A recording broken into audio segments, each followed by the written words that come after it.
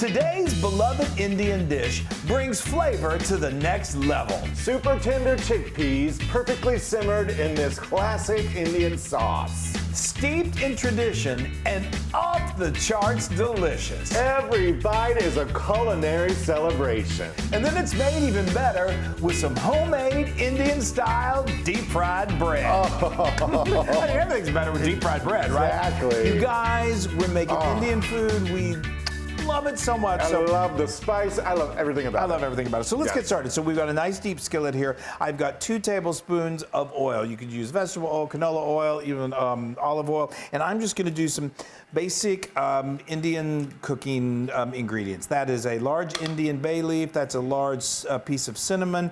This is mace, and these That are is 2. Massive. Sorry, that's a massive. I know. And what were the other 2 things? And those are black cardamoms. Okay. We'll talk about the spices used in this in just a little bit. Huge. I know. Well, they're huge flavors, guys. We get this at the Indian market, but we'll talk about that in just a moment. So I'm going to let these just simmer in this oil until they start to sparkle and clatter. Yeah, clatter. Okay. And we've got these amazing chickpeas they're super tender. They are super tender, super duper tender. And so Chris is going to tell you, I'm going to strain these real We quick. got started on this the night before. I would beg you not to use canned because the canned kind of has that tinny flavor, but you could in a pinch, but don't. So the night before, after you've gone to your Hold on favorite, real quick. Look at those. Look at the color. They're beautiful. And you'll see why they're that color. They're beautiful, they're gorgeous, they're super tender. So after you've gone and got all of your ingredients, these are white chickpeas. They're dried They started out dried white chickpeas. Dinky things. They're called chana. This is Chana Masala that we're making. And what I did was first you need to soak them over the night. They're just like any kind of dried beans. So we right before bed, covered them with water, let them soak all night, and they start to absorb that water. And they look like little pebbles, and then they start to bloat. And then we need to continue letting them cook. So then I drain them, and then I put them into just a pot, a small, medium-sized pot. And then I've covered it with water, about a quart of water, just so they're covered by a couple inches. And then I tossed in a teaspoon of salt, and then a black cardamom, and then this is the tick. This is what gave it that color. You don't have to do this, but a tea bag. You can pick them up at your Indian market, and it colors them, and it just infuses some flavor that is incredibly delicious. Look at those. So we're going to use those in a little bit, and then we are also going to use this liquid, the soaking liquid. So do whatever you do not get rid of that. Okay. So now we've been let this. You're just toasting those. We're just toasting these. So I'm going to let these go for just another couple seconds until they start to splatter, and then we're going to build the flavors. Okay, so these are just beginning. You just start to hear a little splatter, and that a little crack. I'll let them go for a couple of minutes. You'll really know because their aroma starts to they're crackling. It smells just amazing. So now we're going to add. This is 1 medium onion that is chopped. A lot of Indian chefs or home cooks, there's the sizzle, will use chopped red onion, which I absolutely love. I've used this is yellow onion that's chopped. And I've used red onion too. They're both wonderful, but all I had today was yellow onion. So that's what we're going with. This is a green chili that you can get at your Indian market. They do pack some heat. It's good. It just really infuses some flavor. It does not make it super overly spicy. It's a warm heat. Yeah, it's a warm heat. And this dish itself is not overly spicy at all. So speaking of these wonderful... It's got good spices, but it's not overly spicy. It's that warm you to the bone kind of spice. So we love cooking Indian. Obviously, we're not Indian, so tell us, all of our Indian friends. This dish is also very popular in Pakistan. So our Pakistan friends and our Indian friends, tell us what we're doing wrong or tell us what we're doing right. Tell us if we're doing it right. There you go. Be positive. We've been told, just be nice. But we've got some friends. We have a chef who lets us come into his kitchen at one of our favorite Indian restaurants, and so we've learned from him. We have some Indian friends that just are amazing cooks that have taught us, and we've done a lot of research. So I think I feel like we do pretty good when it comes to Indian dish. But again, we're not going to say it's authentic. It tastes good to me. That's right. And seek out. And that's all that matters. And that's if it tastes good to the Loon, if it's Loon approved, seek out an Indian or Pakistan food market, because that's where you're going to find a lot of these. So many of these ingredients. And it's just like, for me, it's like a kid in a candy shop. It's like, oh my Totally. God, I'm so happy. I'm like, calm down. I know, I get giddy. It's so much fun. So we are going to let these cook for about 15 minutes. I want these onions to really start to brown and almost get to the point that they're caramelizing. And then we just keep building the flavors. Yes.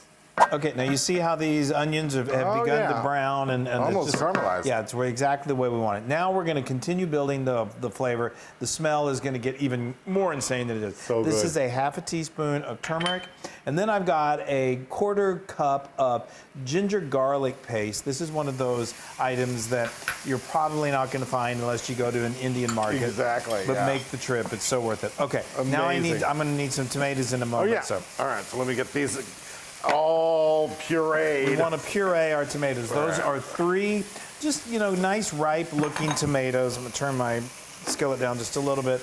And you don't have to take the skins off. You don't have to seed them. I'm just gonna blend them there. And we're just going to puree them. Puree them. Oh, there we go. Yeah, get them nice and pureed. Yeah. Okay. I think that's good. That's lovely. Now, before we do that, we are going to add to this a 1/4 cup of, this is Chana Masala powder. This dish is so special, it has its own special powder. Now, you can buy this pre-made at your Indian market, but you can also make it yourself, which we had to do, and let me tell you how you do that. So we're going to take a medium-sized skillet and we're going to heat it over medium-high heat. And to that, we're going to add a 1/4 cup of coriander seeds, 1/4 cup of cumin seeds, 2 teaspoons of black peppercorns, a whole teaspoon of cloves, 2 black cardamom pods, 2 1-inch cinnamon sticks, a teaspoon of fennel seeds, and this is mace, and we're going to cook that and stir it every now and then until it becomes really aromatic, about 2 to 3 minutes. Then we're going to take some dried Kashmiri chilies. We need about 6. We're going to cut the ends off and then get as much of the seeds out as possible. Then we toss them into that skillet, and we're going to let those cook until they get nice and crispy. That's going to take just a few more minutes. Then we carefully add everything into our spice blender. You may need to do this in batches, and then you just blend that until it's super fine. And then we're going to add some amchur powder, kasuri methi, and then turmeric powder. And then you've got your wonderful Chana Masala powder. And that's all there is to it. I mean, I know some of those ingredients are like, you're not going to find those at your local Kroger or wherever you shop. All right, but here are these tomatoes now. Now, yeah, go ahead and pour them in. Okay. Beautiful. And the color of this dish, when it's finished, and it just Gorgeous. This deep kind of know. maroonish red. oh, it's gorgeous, and it's just so rich. It's so flavorful. Oh, wow. Smell that. The smell is already raised. All right, so now we're gonna. Oh, I know, smell that. Oh, y'all. So we're gonna let this I wish go. you could smell this. I know. I'm just gonna stir this, and I'm gonna let this cook for another 5 to 10 minutes. It's gonna just simmer, and it's gonna get a little dry, and that's the way we want it. We're gonna add a little of this liquid, and we just keep building the flavors.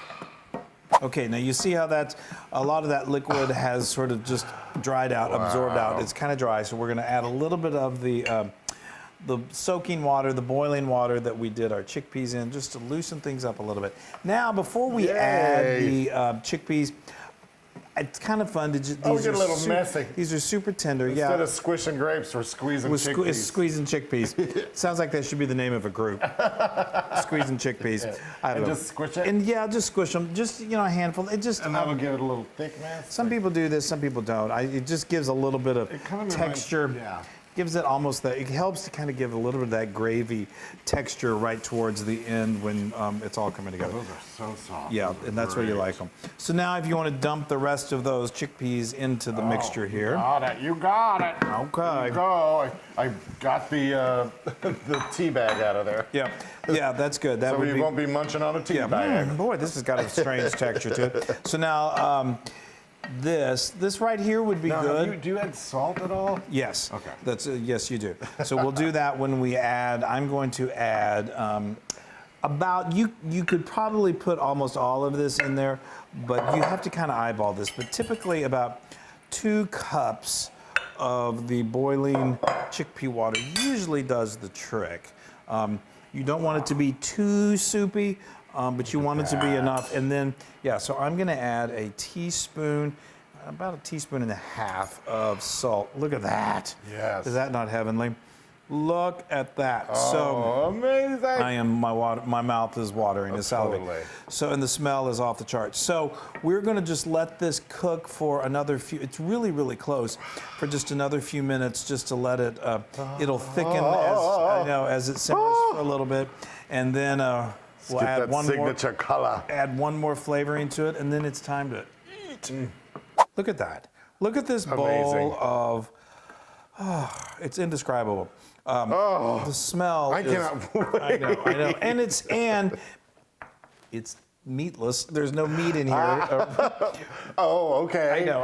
Okay. Well, I have to assure people that it's okay because they're not used to seeing us make meatless dishes. Oh, that's funny. Okay, this is some chopped cilantro. This is, I don't know, I usually do about a quarter. I love cilantro in this. Yeah, about a quarter cup or 2 tablespoons. And that just, Come on, I can't take it. adds to the flavor. You can remove the bay leaf and the cinnamon stick if you want, but I think it just looks beautiful and adds some. It's all right. Some folks don't have it quite as, look at that, as saucy. I was going to say some folks don't have it quite as good as I do. Well, I think we can all agree with that. Let me give you a little more. Oh, Isn't that beautiful? please. Oh, my Goodness. yes. Let's do a little more cilantro on top. Please. You could also, if you want to, you could do a little yogurt on top. That's a nice touch. Sometimes I've seen people stir in a little bit of butter in the final phase. Of course, that's always luxurious. What's wrong?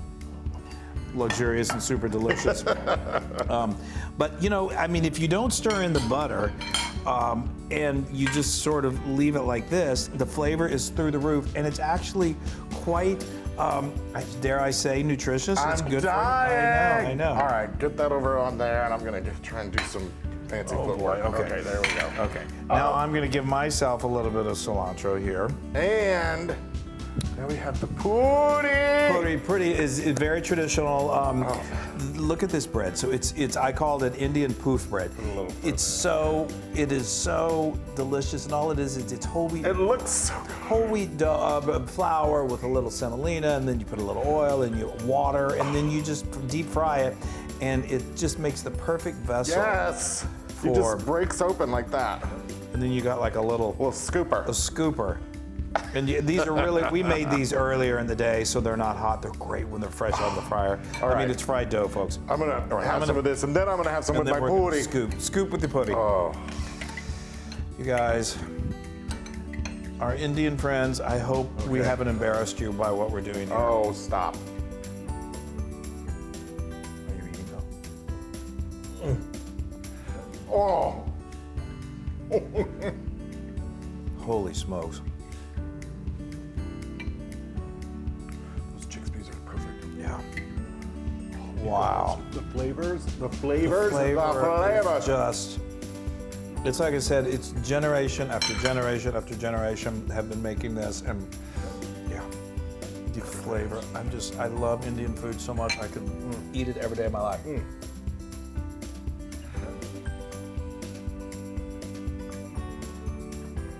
I've died and gone to heaven. These together? Forget about it. Holy smoke, holy Toledo. The flavors are gonna make my head explode. I know, That's how amazing and that's not good. No, it's good. It's really good. It's so, Some of our other favorite dishes are our chicken korma. We love our tikka masala. We love, what else have we done? chicken masala. Chicken masala. Or wait, Anyway. butter chicken. Butter chicken. This is 100,000% Loon approved. It's so good. Yeah. And look, I'm just gonna do this. And he just said that for a dish no with no meat in it. Watch, guys. I just kind of grab it. Oh. The flavor, you guys.